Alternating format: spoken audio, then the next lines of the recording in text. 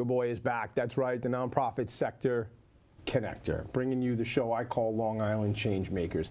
And I'm one of those guys where I could just make up a word and or a show or a nickname, and I want you to understand exactly what it is. So like when I say the nonprofit sector connector, you could probably pick up what that is. And when I say Long Island ChangeMakers, it's just that. It's my friends who are on the front line. Sometimes they run nonprofit organizations, sometimes they're business professionals, on occasion they're both. And it's these people who are making our world a better place, making our island a better place, supporting community, creating relationships, and that's who I bring on the show. I have the distinct honor today to have my friend Beigle Schulman, founder of the Scott J. Beigel Memorial Fund, on the show with me today. I love you as a person. I love you as a friend.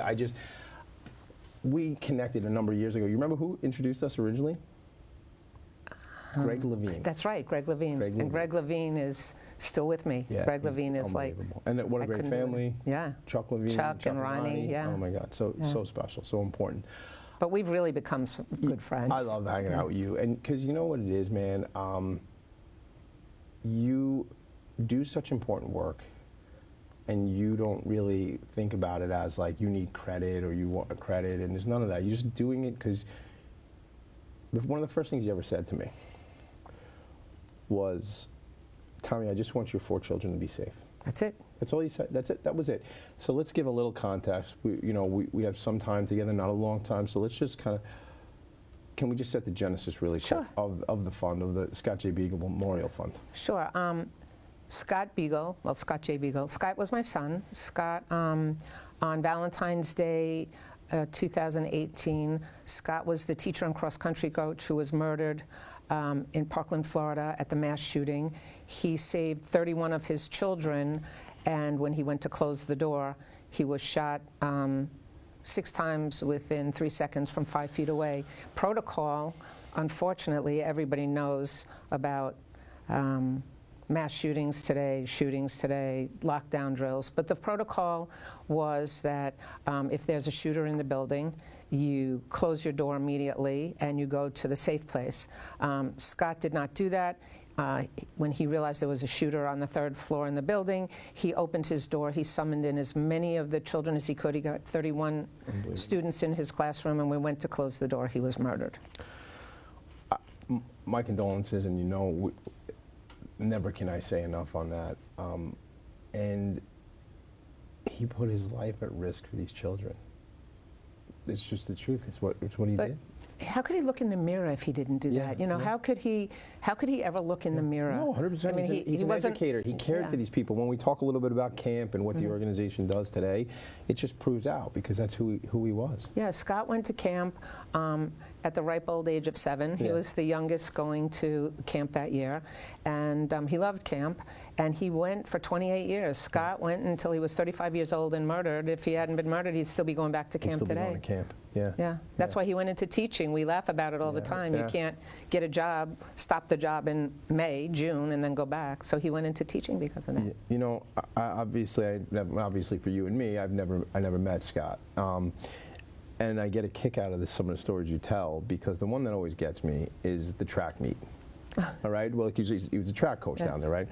And I don't want to steal your punchline. No. So they're running, and the kids are running in the track meet, and they didn't win. And they kind of looked to coach for some guidance, and he had this very strategic information that he wanted to deliver to the team. So they said, "What do we do? What do we do, Coach?" Well, Scott was very sarcastic, and he had dry humor. Yeah. And it was an important meet because they were going to go to state. Okay. Okay. They lost by a couple of points. I'm not quite sure how the scoring goes. And I think it was like the captain of the team, and turned around and said to him, "Coach, what do we do? What could we do?" And he looked at him and he went, "Just run faster." And on all of the shirts, all of the run shirts, the Run for Beigel shirts, on the shoulder, it always says, "Just run faster." And all the coaching shirts are the shirts for the track. Yeah. Listen, it's funny, it's witty, but guess what? It's real. Just run fast. Literally, that's what you got to do, guys. What else could he tell you? You're not running fast enough. But it's the humor in that, to me, is... Tommy, a funny story, which you haven't heard yet. So it was just 7 years from, I call it commemoration.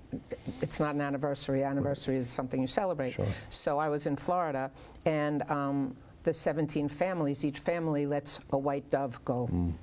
And so it was serious. It was a beautiful day, so on and so forth. And two things happened to me.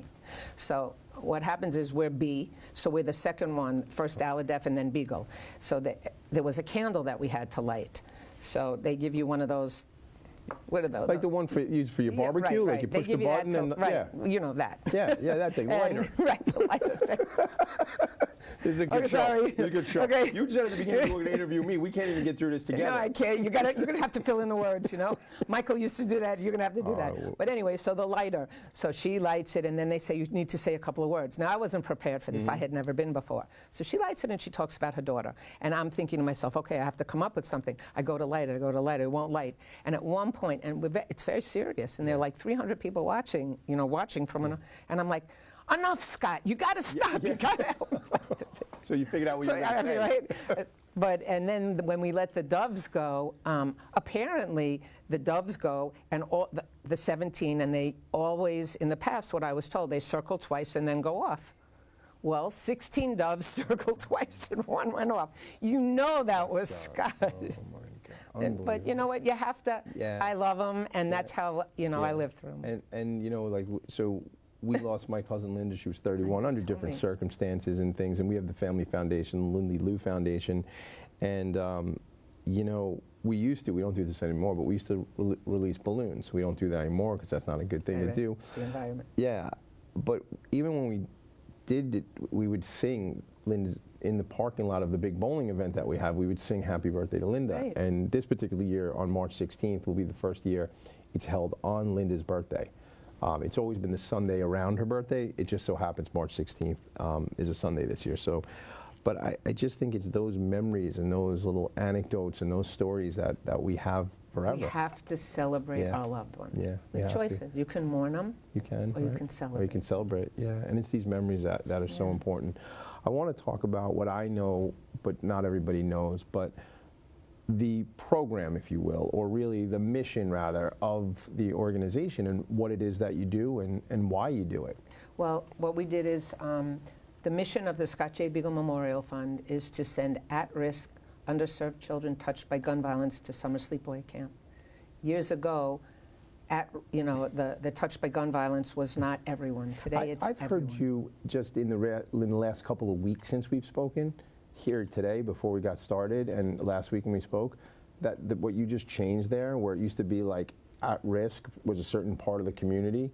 Now I've even heard your language evolve into everybody's connected to what child, right? What child hasn't been touched by gun violence? But you didn't even say that to me 3-4 years ago. No. I didn't even hear you say that. No. So like just what does that tell us about society and the way things are going, Well, more children are murdered by guns than anybody even understands. I mean, it's ridiculous. Yeah. But we send the children to camp. We send them to nonprofit camps. When we first started 7 years ago, we chose 3 camps in New York because I wanted to make sure I could visit the camps. And we were small. It was just Michael and I started a fund. You know the story. We called ourselves Dumb and Dumber. Okay, we started this fund, and the first year. We have 4 events where we have the events to raise money so that we can send the kids to camp. And just as an aside, every dollar we raise, goes to sending the children to camp. We don't bank the money. Whatever we raise that year, that's the amount of children that we can send to camp. So let's do something. We did this the other day at a meeting. Excuse me. What does it cost to send a child to camp? Because that's important with that number. It costs $1,500 to send one child to camp for 2 weeks. Okay? And so the first year, we sent 54 children to summer sleepaway camp. Got it. We had 3 camps. And we decided, very important, just like Scott, the continuation of going to camp year after year, it would not be a one-off. So the first year we sent 54. The next year, the same 54, give or take, They have to stay in school, stay out of trouble, and they have to be under the, pretty much under the poverty line. And so the second year we sent 165. We had the pandemic, and we gave a $25,000 campusship grant, and we did virtual camp, which was amazing with one of our camps. What was that? What did that look like? We had Mike and I went and helped. We made packets of all different things that were going in the packet that they could do the exercises that we would do virtually. Got it. Okay, And so we you made jumped sure on Zoom meetings and that did we stuff made sure as that groups? each of the campers, that each of the sessions had a computer that they could work with, okay? And we did it via Zoom. It Wow. was outrageous. That's It was really outrageous. So many things, you know, I guess, say, relatively speaking, positive came out of the pandemic. You know, just things we wouldn't, ways we changed, the way we act and the way we interact. And I mean, Sure. just the sheer increase in utilization of Zoom, for example, and things like that. I mean, I used to go into the city like once every 7 days, right? You gotta like really have a reason for me to show up in Manhattan these days. Like, there's gotta be. I used to drive down to Philly, like on a Wednesday Right, you morning had no for a choice. meeting, That's how you right? did it. Like, that meeting was like an hour long. Except when they want to have them at 10 o'clock at night. It's like, you know, it's like, okay, we can, you know exactly. Yeah, that's a different meeting. No, that's a Yeah. different meeting. So with that, you send them away. You started, and I stopped you there, but it's progressed with the number of Right, campers. so what happened was after that, we went from 165, the same 165, to 212. Then the following year, the same 212 to 265, and then the same 265. So we sent 266 kids. We've sent, I don't know the exact number, so I'll tell you, we've sent over 1,100 children in the past 6 years to summer sleepaway camp. Yeah. And we have given out grants, over $1.4 million Unbelievable. in grants. Unbelievable. And you know, it's cool having been at Remembering Scott, you know, the event, which we got to talk about all 4 events quickly too, but having been at that event and seeing you hand out the money, the checks, the big checks. So I think like Camp Fiver, I remember Right. specifically. we sent Camp 72 children to Camp Fiver. Yeah. I think it was, I'm not positive, but something like $109,000. I'm not positive about that number, but I know we sent. And each year, we increase the number if we can. So far, we've been able to, but we don't give the same to all the camps. It just depends on the camp. But every camp, every one of the 7 camps, we send children to. So is there an opportunity to add additional camps, or is there an opportunity to have more kids go to the 7 camps? Like, what is that about? Well, we had to make a choice. And, you know, we had to discuss it with the board and stuff, but my choice, and this is the way it's going to be. Yeah. I get the last say, which is really quite nice, being the founder and president. Sounds like a big deal, yeah. I don't want to increase the camps. I want to increase the number of children going to camp. My long-term goal is to be able to send, there are 4 sessions for each camp, 2 weeks. My goal is to be able to send enough campers to fill all those sessions. So basically, buy out the whole camp. Kind of, yeah. It's like when Daddy Warbucks bought out Radio City Music Hall because Annie wanted to go to the movies that night. Remember right, Little Orphan exactly. Annie? Just like that. Just like that. That's my goal. Let's go to the movies. I cry at that movie all the time. Not at that scene, but when Annie's singing the song Maybe, like she's like pining for her parents. She wants them, you know, and I cry and my kids make fun of me. And like, they've been making fun of me since like they're little. I have a 15-year-old now, and they're like, yeah, my dad, he cries at Annie. Yeah. but my dad has a heart. It's yeah, well, because I'm sensitive, I guess. So 7 camps, max them out, buy them out like Daddy Warbucks did. I love that. That's a great ambition. It's a goal. I don't know if I'll be alive and be able to do it, but I'm hoping that it'll go on. It's just, my goal is just to keep more and sending more. One of the camps, Camp Junior is one of the camps. There's a bunk named after Scott. I mean, there's one of the buildings is designated to Scott and Camp Fiver. It's just, you know, Mike and I, we knew one of the camps really needed to be able to get kids back and forth. Again, nonprofit camps, these aren't, you know. And so what we did was we found a used golf cart. And we bought the used golf cart, we added to it, and we actually had it sent up to the camp. And then it was funny because they said, you know, it's great, it's great and stuff, but it would be nice if it had a bench in the back. Not thinking, just talking out loud. So we got a bench, we put it in the back. So now, no matter what, you know, if something happens. But at these camps, you know, you have to think about it. We call it prehabilitate. Not such a word, I need to get a trademark, but we call it prehabilitate. You can rehabilitate, and then you can prehabilitate. Sure. We prehabilitate. We send these kids to camp. We get them out of the cement jungle. They learn. They've never. Some of them have never even been in a lake. They have swim lessons. Some have never seen a horse up front. They have horseback riding lessons. They learn how to take care of the horses. They have rock climbing walls. They plant vegetable gardens. They have livestock. They have chickens and so on and so forth. It's amazing, and I see them off. Some of them especially the ones we send 60 children every year from Family Service League in Suffolk, and I see them off. I see them off at the Park and Drive. Yeah, was it exit 48? You've been. 48 or 49, right? You've yeah, come. I've been out there with you. It's wonderful. We see them off. We see the guardians or adults or so on and so forth drop them off. Some come with a little backpack. Some come with absolutely nothing.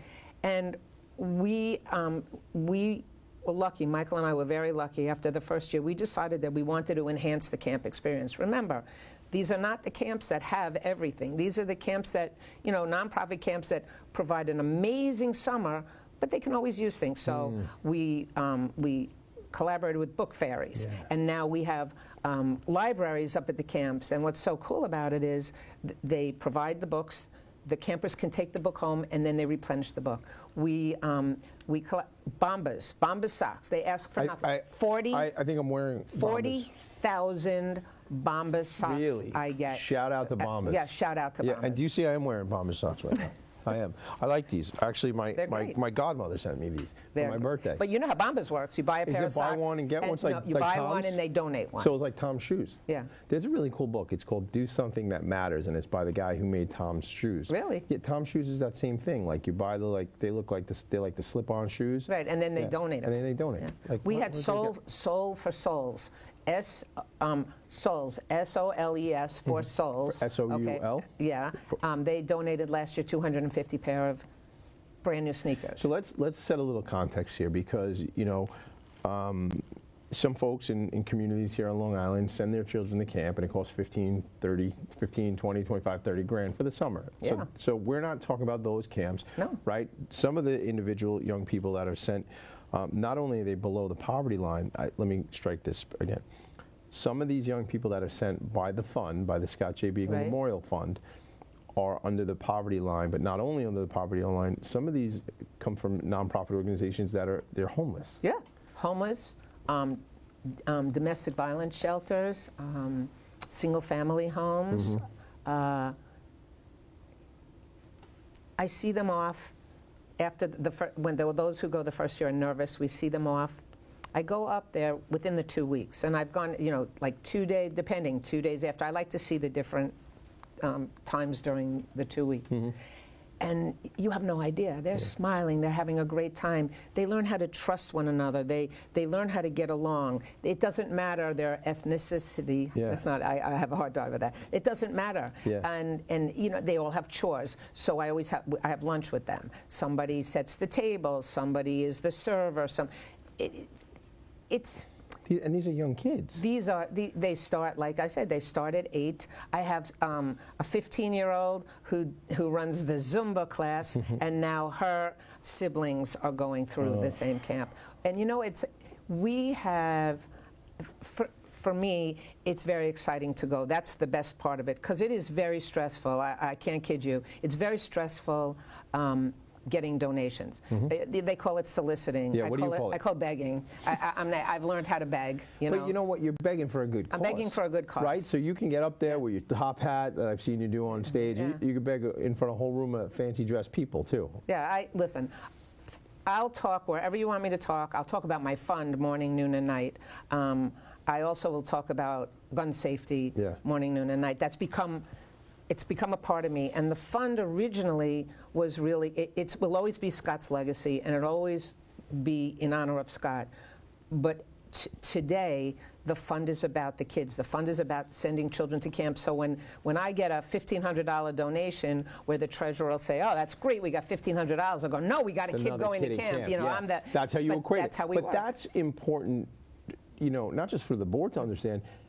That's why I asked you what it costs to send a kid to camp, because that is the value of telling the story. Sure. And that's what we do in the nonprofit sector, is storytelling. And for you to say, as you were saying that, I knew you were going to talk about gets a kid to camp, but I almost saw you ringing a bell. We got another kid going to camp. Like, it's that sort of thing. And maybe there's a marketing campaign around this, you know, for every, because the thing is, like, that means if somebody has the capacity or ability to write a check for 15 grand, they just send 10 kids to camp. And if you could write a check for 150, how many, right? You know, Listen, you send if you want to write me a check for $25, I'm thrilled, because for $25, you know what I mean? I can, you know, the kids can have a toothbrush and a toothpaste and all that other stuff. And anything that people want to, you know, in kind donate, that's great. But in order to run functions, you know, you need to have the money to run the function. You need to have money, 100%. And again, we use everything we get, and we give it out in September. We write the checks to Scope, summer camp opportunities, promote education, because I get my camps, I learn about all the camps, and I choose my camps through Scope. All the camps that the nonprofit camps, have to be Scope camps. It's, I lost it. That's okay. It's how you decide how it's how we decide, you know, how who goes to camp. Yeah. But Scope is the governing body that. That's who we chose to be our governing body. Right. Yeah. Yeah. So, you know, when we had a meeting, you and I, with another friend of ours earlier this week, we were talking, and one of the things that that came up is that, like you just said, there's no dollars left. That's what I was saying. $2,024 a gallon. That's it. So now we got to start over. You got to start from scratch, right? Yes, yes. So, Thank you. yeah, you're welcome. When you think about it, do you think about how many kids you intend? And I didn't say want, I didn't say have a goal. Intend. What's the intention of sending to camp this year? Well, what I've always done, and I'm not sure we can do it this year. What I've always done is, our goal was to send the same amount and increase it. But it all depends upon, you know, it depends upon what donations we get in, and so on and so forth. And I was saying before, when I forgot, it doesn't matter. I have somebody who once a month, it's amazing, once a month I get a $10 donation on Act Blue, and I know who it is, and that's because she said once a month she's going to send $10. Well, $10 once a month, by the time, you know, it's the end of the year, that's great. It adds up. But I'll take whatever I can get. I'd love, when I spoke to your friend the other day, who you introduced me to, and I thank you for it, I explained to her, you know, I listened to all of these other non-profit, non-for-profit, whichever way you want to say it, and there's usually someone famous or some ball player or that it sponsors the camp, you know, sponsors that foundation, not the camp, sponsors the foundation. I have a very good friend. Also, her husband was murdered in Parkland, and someone every year, she knows she's getting $100,000 from this particular group of people or person, and she knows she starts with that. We start from zero. But I was talking to the person you introduced me to and explaining to her, I just would love somebody to understand what we do and say, wow, I love what they do, and you know what? I'm going to be part of that no matter what. Right. And they get latch onto it, and it becomes their, for lack of a better, their pet project. Right. That would, for me, would be, that would be heaven. So let's talk. I have a question I want to ask you, but before we do that, we got buckets for Beigel. Yes, Let's go through the four. I'll go through it. Please. This year, May 17th is Buckets for Beigel, and how Buckets for Beigel came about was this young man, his name is Matthew Cohn. When he was 12 years old, he had to do a project for his bar mitzvah. And I got a call and asking me, would it be okay if I do my project in Scott's honor? And of course, I was overwhelmed. Matthew, he was 12. When Matthew was 16, he called me up, I believe he was 16, and he said to me, I have a business proposition. And I was like, okay, chuckling. I said, okay. And he said, I think you need an event for the youth. I'll fast forward. Today we have Buckets for Beigel. What it is, it's like March Madness. We take the camps, not the nonprofit camps, the other camps that most of the people that we know go to. Those other camps that I was talking about, people write a big check. Right, the big check camps, okay? And what they do is each of the camps sends a team or two, and they pay for a team or two, and they do a March Madness. It's amazing. Jay Jacobs lets us use his day camp. He's the most giving person. You have no idea. He lets us use his day camp, and he always brings a pizza truck, so everybody We should get Jay Jacobs on this. Jay Jacobs is amazing. Here on Long Island ChangeMakers. I don't know Jay. I've never met him, but maybe you can hook me up. I'll see if I can. Right, but he brings a pizza truck. You know, Eddie's Pizza has a pizza truck, right? Is that the fire truck? Or is it's I don't know if it's a fire, but it's always there.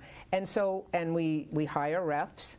I wish they would be a little more giving, but we hire refs, okay? And we have a March Madness Day, and it's the kids, and then the parents come to watch. And this year we have some surprises. Every year it gets a little bit better, but we have some surprises this year. Okay, so that's May 17th. Then June 10th I have my Remembering Scott, and is that always at the same place? No, this is actually, the first year we outgrew the first year. It was so big, we never thought it would be so big. What happened is, before they would go to camp, when they were counselors, all of the kids would get together in New York, the counselors, like Scott's age, you know, when they were, I think they started at maybe 17, and they'd get together in New York.